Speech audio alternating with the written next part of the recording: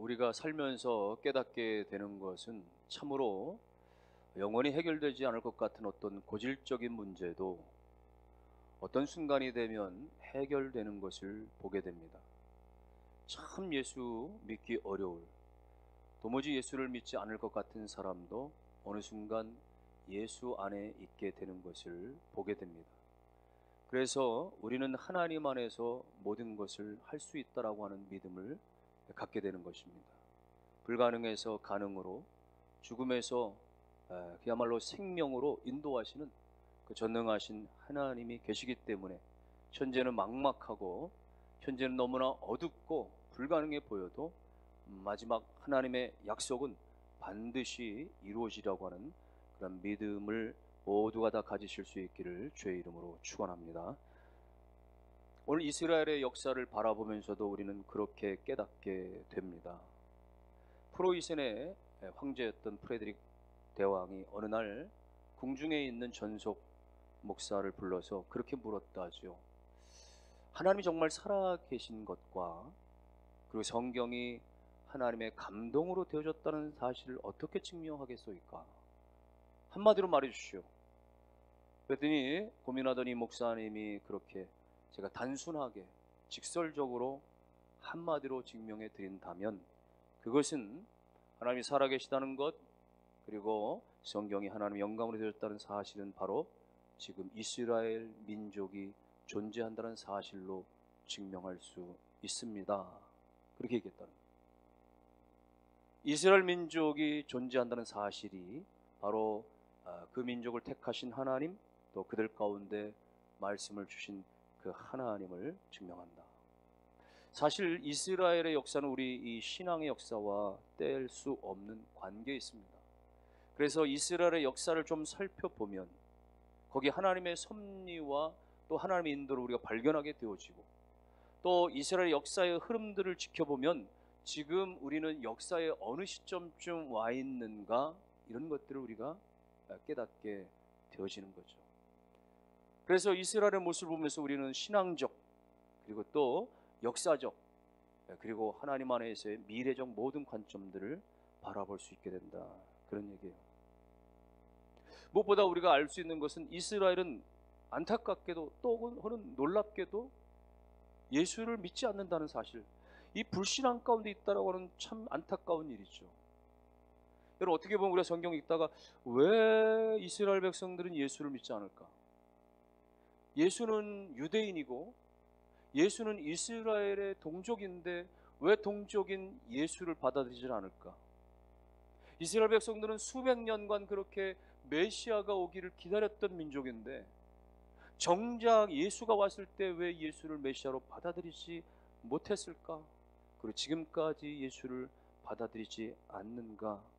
우리는 그런 궁금증을 갖게 됩니다. 사실은 이런 의문에 대해서 바울도 먼저 이런 식의 질문을 제기했던 거예요. 로마서 11장 1절에 보면은 그러므로 내가 말하노니 하나님이 자기 백성을 버리셨느냐? 그럴 수 없느니라. 하나님이 자기 백성, 이스라엘 백성 버리셨냐? 그렇지 않다는 거예요. 하나님이 제일 먼저 선택하신 이스라엘 백성 안 버리셨다는 거예요. 그런데 오늘날 이스라엘 백성들이 예수 안에 들어왔느냐? 그렇지 않잖아요. 예수 안 믿는 사람들이 대다수잖아요. 도대체 어떻게 되는 것이냐는 얘기예요.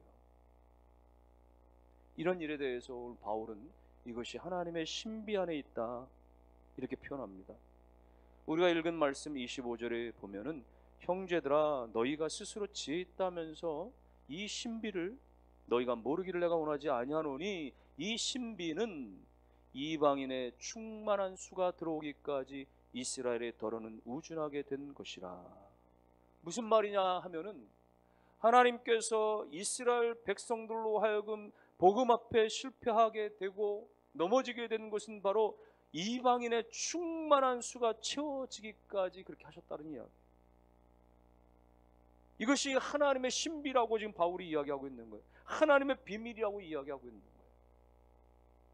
예수님께서는 일찍이 마태복음 10장 같은 데서 보면은 제자들을 전도자로 보낼 때 전도인으로 제자들을 보낼 때 열린 문 선교 정책을 썼습니다. 무슨 말이냐면 제자들로 하여금 어떤 마을에 가 전도하게 합니다. 어느 집에 들어가 전도하게 되죠. 근데 복음을 안 받아요. 안 들어요. 거부해요. 그러면 거기서 자꾸만 매달리면서 에너지 소비하지 말라는 거예요.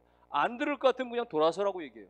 그 집에서 나오라는 거예요. 그 마을에서 나오라는 거예요. 안 들으면 나와라. 다른 집으로, 다른 마을로 가라. 거기 가서 복음을 전해라. 이 말씀에 의거해서 제자들은 나중에 예수 승천 이후에 그런 식으로 복음을 전했습니다. 먼저는 유대인들에게 복음을 전했죠. 이스라엘 사람들에게 복음을 전했습니다. 근데 대다수 이스라엘 백성들이 안 듣는 거예요. 예수를 부인하는 거예요. 거절하는 거예요. 그래서 더 이상 듣지 않으니까, 받지 않으니까 옆집으로, 옆마을로, 옆나라로, 그래서 이방인에게 복음이 전해지게 되어졌다고 하는 사실입니다. 여러분이 이런 논리와 이런 사실을 하나님 모르셨습니까? 아신 거예요. 하나님이 다 아신 거예요. 하나님이 다 이 사실을 알고도 허용하신 것이 바로 하나님의 지혜요, 하나님의 신비요, 섭리라고 하는 거예요. 하나님이 이스라엘 백성들이 예수 메시아를 거부하실 것에 대해서 다 아시고 허용하시면서 그로 인하여서 이방인의 파죽짓에 그야말로 엄청난 복음 전파가 이루어지도록 하나님의 섭리 안에 가지고 계셨다라는 것을 지금 바울이 말하고 있는 겁니다. 뿐만 아니라 바울은 11장 12절에서도 이렇게 증언했어요. 12절, 그들의 넘어짐이 세상의 풍성함이 되며 그들의 실패가 이방인의 풍성함이 됐다. 우리 지난주 살펴본 말씀이죠. 이스라엘 백성들이 복음을 거절했기 때문에 세상이, 이방인들이, 다른 사람들이 오히려 영적으로 풍성해지고 풍성함을 덧입게 됐다. 이것을 바울은 또 11장 중반에 돌감람나무, 참 감람나무 비유를 통해서 말해요. 돌감람나무 같은 이방인들이 예수를 받아들이다 보니까, 돌감람나무 같은 이방인들이 예수를 믿고 나서는 그래서 참 감람나무인 하나님의 백성들 가운데 접붙여져 가지고 말이죠, 그들이 영적으로는 하나님의 자녀가 되는 그런 권세를 받고, 돌감람나무였는데 이방인들이었는데 말이죠, 그들이 예수로 말미암아서 참 감람나무 아래 그렇게 말이죠 이스라엘과 같이 한 영적인 진액을 얻게 되어지는 그런 같은 풍성함을 경험하게 됐다, 이야기를 하는 것이죠. 이것이 우리의 상식을 벗어나는, 우리의 생각을 벗어나는 하나님의 섭리고 하나님의 계획이고 하나님의 신비라고 바울은 말하고 있는 겁니다. 그러면 여러분, 이방인의 복음 전도는 언제까지 해야 됩니까? 이방인의 때는 언제까지 해야 될까요? 그것이 오늘 25절 중반에서 이렇게 표현했죠. 이방인의 충만한 수가 들어오기까지. 이방인의 충만한 수가 들어오기까지. 이방인의 믿는 자들이 적정히 채워질 때까지, 그때까지라는 거예요. 그때까지가 이방인의 때라는 거예요. 이방인의 때에 대해서 예수님은 다른 표현으로 설명한 바가 있었습니다. 누가복음 21장에서 예수님이 이렇게 표현했어요. 예수님은 21장 24절에 누가복음, 그들이 칼날에 죽임을 당하면 모든 이방에 사로잡혀 가겠고 예루살렘은 이방인의 때가 차기까지 이방인들에게 밟히리라. 이건 예수님께서 예루살렘 성의 함락에 대한 예언의 말씀인 거예요. 이방인의 때가 차기까지 예루살렘은 이방인들에게 밟힘을 당하게 될 것이다. 예수님의 실제 이 예언에 따라서 서기 70년경에 로마의 장군, 디도 장군에 의해서 말이죠, 이스라엘, 예루살렘은 함락을 당하게 되어지고 이스라엘 백성들은 산지사방 다 흩어지는 결과를 맞게 됩니다. 그래서 이 예언의 말씀이 이루어지게 된 것인데, 그래서 사실은 복음이 유대 땅에만 머물지 않고 예루살렘에 머물지 않고 이런 사실로 말미암아 퍼지게 되어지죠. 박해와 피난 가운데 복음은 그렇게 예루살렘에서 유대로, 유대에서 사마리아로, 사마리아에서 안디옥으로, 안디옥에서 로마로 계속해서 서쪽으로 나중에는 말이죠, 때가 되어서 그렇게 복음이 영국으로, 영국에서 대서양을 건너서 미국으로, 미국에서 태평양을 건너서 한국과 제3세계 아프리카로 말이죠 복음이 전해지는 역사들이 일어나게 되어진 것.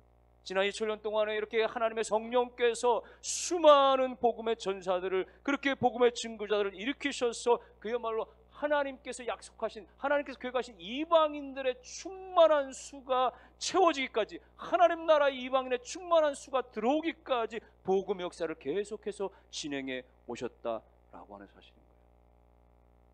그런데 이 이방인의 충만한 수가 채워지는 것, 이방인의 때가 과연 언제까지냐 말이죠. 오늘 예수께서 말씀하신 누가복음 21장 24절에 근거하면은 예루살렘이 이방인들에 의해서 발표했는 동안이라고 얘기할 수 있죠. 이방인들에 의해서 약속했던 그 예루살렘이 발표했는 동안은 이방인의 때다. 그러나 반대로 말하면 이방인들이 예루살렘을 떠나가기 시작하는 순간, 이방인들이 예루살렘을 포기하고 떠나가기 시작하는 순간 결국은 이방인의 때가 끝나간다라고 말할 수 있는 것이죠. 그러면 여러분, 여기서 지금 이방인의 때는 어디까지 왔겠어요? 지금 예루살렘은 이방인에서 여전히 밟혀 있습니까? 아니면 이방인들로부터 이제는 떠나간, 이제는 이스라엘이 통치하고 있는 것입니까? 이것은 맞기도 하고 틀린 부분도 있기도 하고 그래요. 아직도 그 땅에는 이방인들이 남아져 있습니다. 아직도 그 땅에는 거룩한 예루살렘 성전이 세워졌던 그 자리에는 이슬람 성전이 세워져 있어요. 소위 오마르 성전이라고 하는 이 마호멧의 승천을 기념하는 그 성전이 거기 세워져 있고, 여전히 지금 일부 무슬림과 이 이슬람에 의해서 그것이 관리되어지고 있는 사실입니다. 그렇게 보면은 아직도 이방인들이 그 땅에 남아져 있네 라고 말할 수 있죠. 하지만 그럼에도 불구하고 지난 한 세기 동안에 걸쳐서 이스라엘 땅에는 끊임없이 이방인들이 떠나가는 그런 역사적인 일들이 일어나게 되어진 것입니다. 더 이상은 이방인들의 지배 아래 있지 않다라고 그렇게 보는 거예요. AD 70년경에 이 예루살렘이 폭격을 당하고 그렇게 무너지고 다 한 사방 다 흩어져 버리고, 유대인들은 그야말로 다 동서사방으로 흩어져서 전 세계 가운데 유랑자가 되어서 지난 2000년 동안 디아스포라, 나라 없는 그런 민족으로 전 세계에 흩어져서 살았었지만, 그런데 때가 돼가지고 말이죠, 1948년 5월 14일 이스라엘 땅에 수많은 이스라엘 백성들이 모여서 나라를 건국하는 그런 일들이 일어나게 되어지고, 이후에 1967년에 있었던 6.1 전쟁, 6일 만에 전쟁이 끝났다라고 해서 6.1 전쟁을 통해서 완전히 예루살렘이나 혹은 예루살렘 성전이 있는 그 땅의 통치권은 이스라엘에게 넘어간 말이죠. 이스라엘이 장악하고 있는 그런 지금 현재 상황이 있죠. 그렇게 보면 이스라엘에서 이방인들이 떠나가고, 이방인의 그 밟힘, 이방인들이 그렇게 밟고 있다라고 하는, 예루살렘을 짓밟고 있다라고 하는 그런 것들이 이제는 떠나가고 있다라고 하는 시점으로 오늘 우리가 볼 수가 있는 거예요. 여러분, 그거 다가 아니죠. 사실은 그 땅의 영토 전쟁 끊임없이 우리가 아는 바대로 말이야, 수없이 1차, 2차, 3차, 4차 중동 전쟁이 일어나기까지 얼마나 많은 영토 전쟁, 종교 전쟁들이 그 땅에 일어나고 있었습니까? 지금도 이스라엘과 가자지구 하마스 이 집권 세력 간의 이 전쟁이 일어나고, 그야말로 이제 침공이 일어나고 말이죠. 지금 일촉즉발의 상황이 벌어지는 그런 상황 가운데 어쩌면 이것이 확전되어지면 또다시 중동 전쟁으로 번져질 거라고 하는 그런 우려의 목소리도 높지 않습니까? 그러나 오늘 우리는 여기서 이것을 어떤 영토 전쟁, 종교 전쟁 혹은 정치적인 어떤 그런 이유와 시각들로 바라보지 아니하고, 오늘 성경이 말씀하는 부분에서 성경적인 기준으로 볼 때에 분명코 그 땅 가운데 이방인의 시대가 끝나가고 있다라고 하는 사실은 분명하다는 사실을 우리가 알게 됩니다. 이스라엘 땅 가운데 이방인들이 다 나가고 이제는 이스라엘 중심으로 세워지고 있다라고 하는 그 부분에 서 있다라고 하는 사실은 분명한 것이죠. 그래서 성경은 전체적으로 볼 때에 이방인의 때가 이렇게 끝날 무렵, 이방인이 그렇게 이스라엘 가운데 그렇게 짓밟았던 그 모든 것들이 끝나갈 무렵이 되어질 때는 역사상, 지금 인류의 역사상 가장 중요한 세 가지 사건이 일어날 것에 대해서 성경은 말하고 있는 것입니다. 이방인의 때가 끝날 때 인류 역사 가운데 일어날 가장 중요한 사건들 세 가지는 뭐냐?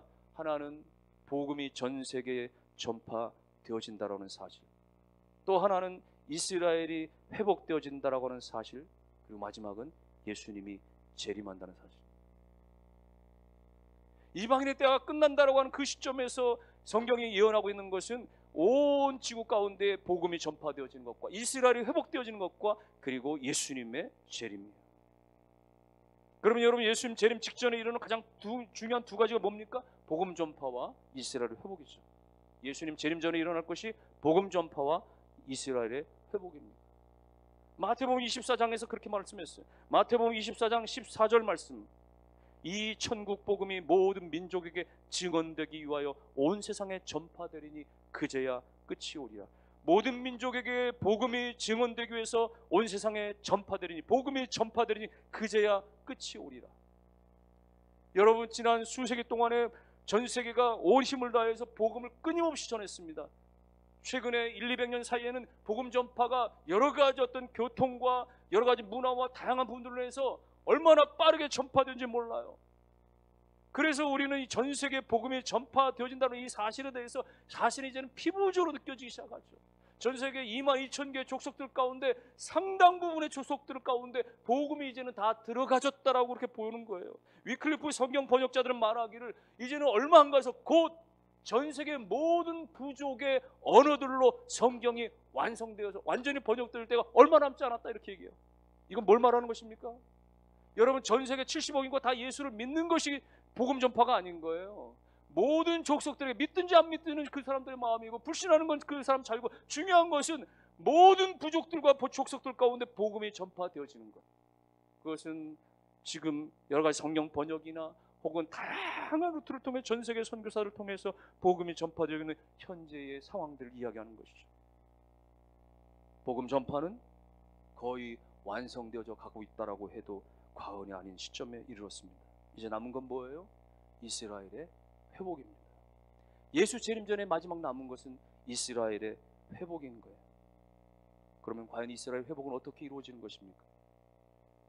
성경을 전체적으로 보면은 이스라엘의 회복은 세 가지 단계로 이루어진다고 말할 수 있어요. 이스라엘의 회복은 세 가지 측면을 볼 수 있어요. 하나는 흩어졌던 백성들이 다 고국으로 모여드는, 그래서 삶을 터전을 잡고 땅을 회복하는 것, 그것을 말하는 것이고, 또 하나 이스라엘의 회복은 국가적인 차원에서의 공동체로서 국가를 이루는 차원에서의 회복을 말하는 것이고, 마지막 세 번째 단계는 이스라엘 회복은 영적인 회복을 말하는 것이죠.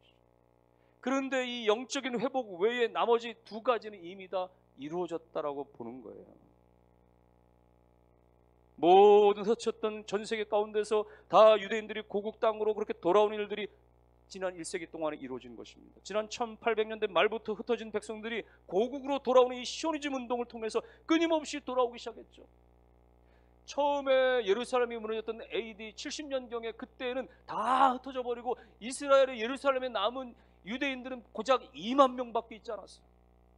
2만 명 외에는 다 흩어지고 말았습니다.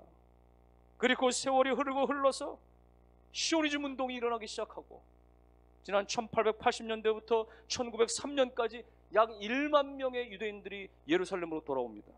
그리고 1914년까지는 8만 5천 명이 돌아오게 되었죠. 그리고 가장 중요했던 1917년 영국의 발포와 선언 이후에는 전 세계에서 물밀듯이 이스라엘로 유대인들이 돌아오게 되죠.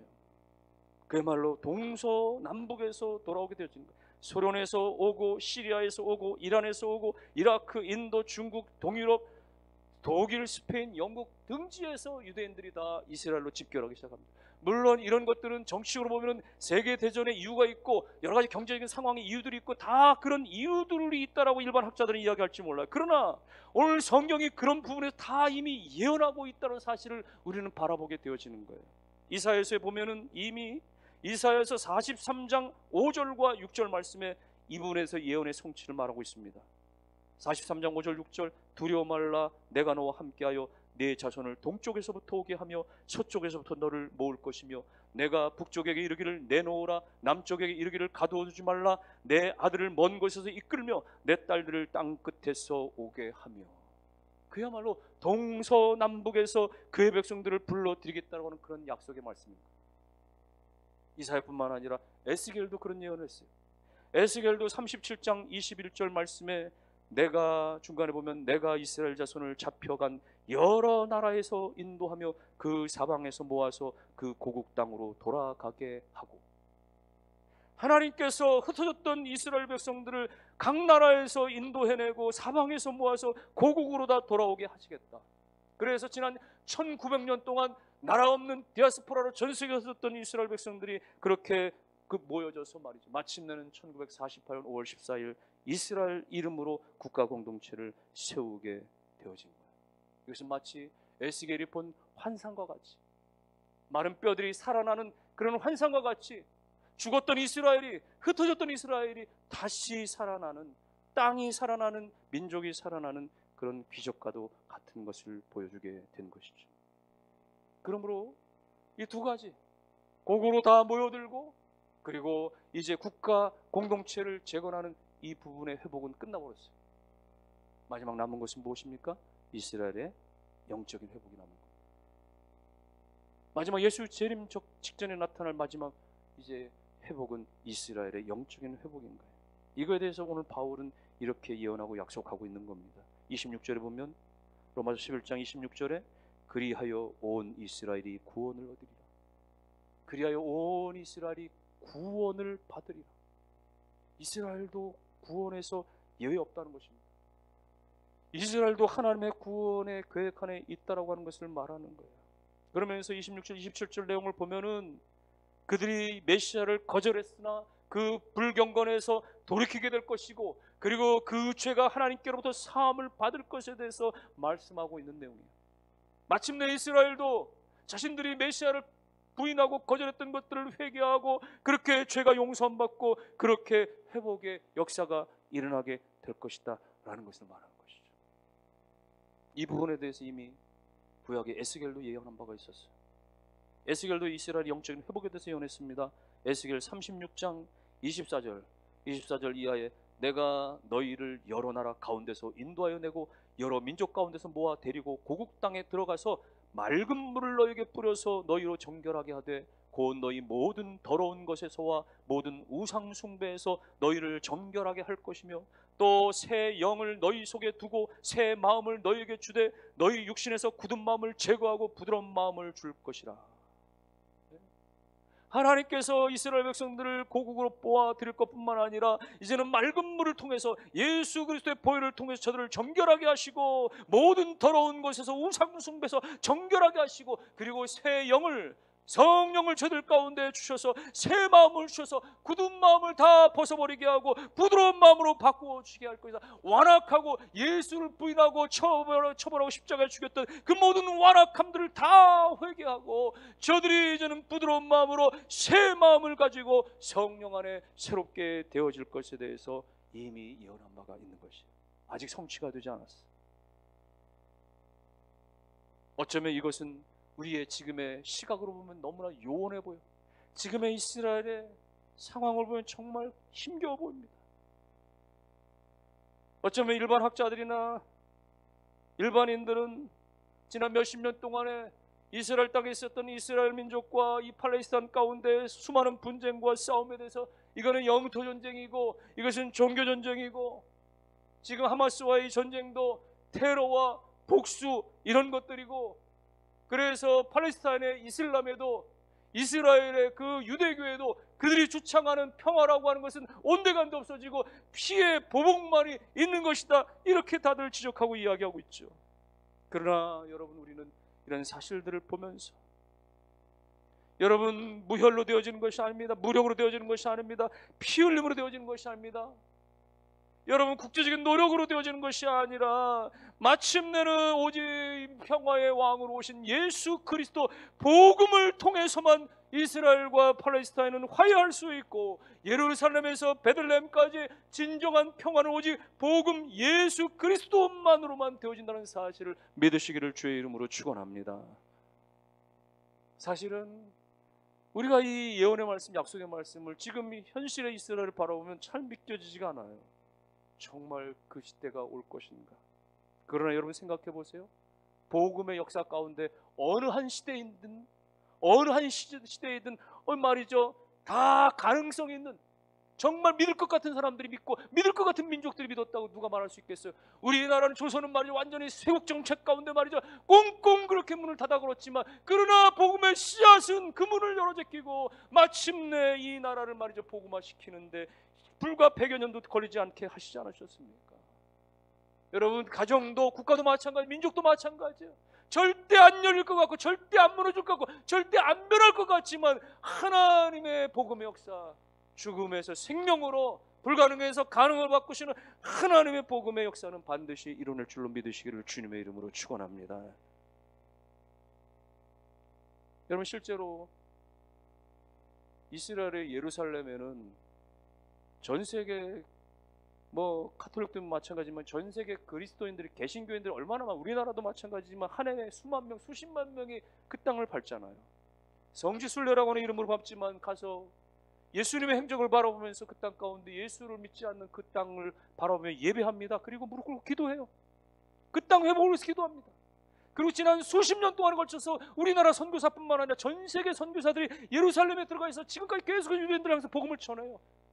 쉽진 않지만 계속해서 예수를 믿고 개종하는 이 시오니즘, 이 메시아닉 유대인들이 계속해서 나타나고 있어요.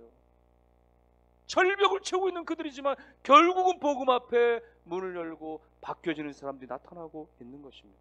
이것이 복음의 능력이고 복음의 역사인 것이에요. 어둠이 짙어질수록 새벽이 가까운 것처럼 지구상의 최고의 화약고와 같은 이스라엘 땅이지만은 그러나 머지않아 그 땅에 주 예수 그리스도의 회복과 평화와 그 부흥이 일어나게 될 줄로 믿으시기를 주님의 이름으로 축원합니다. 마침내 그 땅이 예수 그리스도로 인하여서 그렇게 회복이 되어질 때 주님은 약속하신 대로 이 땅 가운데 다시 오실 것을 믿으시기를 주님의 이름으로 축원합니다. 주님은 다시 오십니다. 온 땅은 그야말로 하나님의 그 영광 가운데 심판에 서게 되는 것입니다. 우리가 이 약속의 이 예언의 말씀들을 의지하심으로 말미암아 그야말로 불가능해서 가능을 바꾸시는, 죽음에서 부활로 이끄시는 하나님의 언약의 약속 안에 사실 수 있기를 주의 이름으로 축원합니다. 여러분의 개인의 삶도 마찬가지요. 도무지 안 바뀌어질 것 같은 내 인생의 이 수렁이 끊임없이 계속되어질 것 같은 상황도 하나님의 은혜 안에, 하나님의 역사 안에 반드시 바뀌어지고 새로워지고 다 예수 안에 돌아올 것들을 믿고 의지하시고 주님을 의지하는 역사가 일어나기를 주의 이름으로 축원합니다.